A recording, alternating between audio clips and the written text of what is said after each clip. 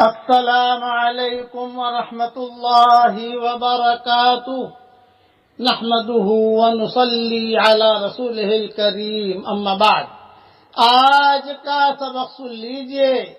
آج کے سبق کی سرخی ہے نماز سے دوستی کیجئے، پارٹ نمبر 48۔ حضرت عبداللہ ابن عباس رضی اللہ تعالی عنہما سے روایت ہے کہ رسول اللہ صلی اللہ علیہ وسلم نے ارشاد فرمایا، جس شخص نے نماز چھوڑ دی وہ اللہ تعالی سے ایسی حالت میں ملے گا کہ اللہ تعالی اس سے سخت ناراض ہوں گے۔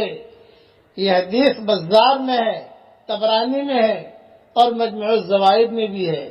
حضرت نوفل ابن معاویہ رضی اللہ تعالی عنہ سے روایت ہے کہ رسول اللہ صلی اللہ علیہ وسلم نے ارشاد فرمایا، جس شخص کی ایک نماز بھی فوت ہو گئی وہ ایسا ہے کہ گویا اس کے گھر کے لوگ اور مال اور دولت سب کچھ چھین لیا گیا ہو۔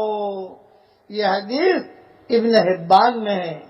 اس لیے یہ ذہن میں رکھیے کہ آج ہماری کتنی نمازیں ضائع ہو جاتی ہیں، معمولی کھانے کی وجہ سے، دوستوں کی وجہ سے، پکنک کی وجہ سے، چلو تھوڑا سا آج گھوم کر آئیں گے، نریمن پہنچ جائیں گے، اس کی وجہ سے نماز آدمی چھوڑ دیتا ہے۔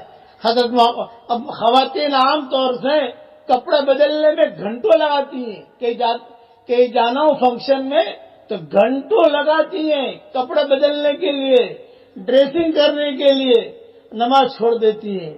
بعد میں پڑھیں گے، کل پڑھ لوں گی، پرسوں پڑھ لوں گی، کل کر لوں گا، یہ کرتے کرتے موت آ جاتی ہے اور آدمی مرا کر اللہ کے دربار میں چلا جاتا ہے۔ کتنی بڑی وعید ہے کہ جس شخص کی ایک نماز بھی فوت ہو گئی وہ ایسا ہے کہ گویا اس کے گھر کے لوگ سارے لوگ اور مال اور دولت سب کچھ چھین لیا گیا ہو۔ ابن حبان نے روایت نقل کی ہے اور اس کی سند صحیح ہے۔ اس لیے نمازوں کا اہتمام کیجیے۔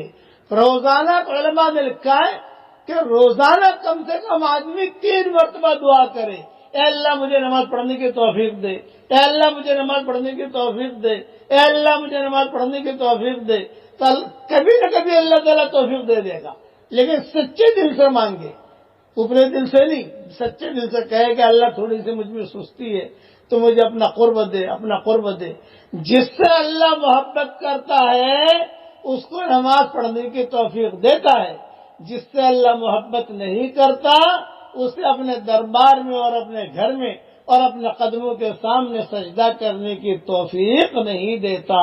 اللہ تعالی ہم سب کو اور ہماری قیامت تک کے آنے والی نسلوں کو نمازی بنائے، آمین۔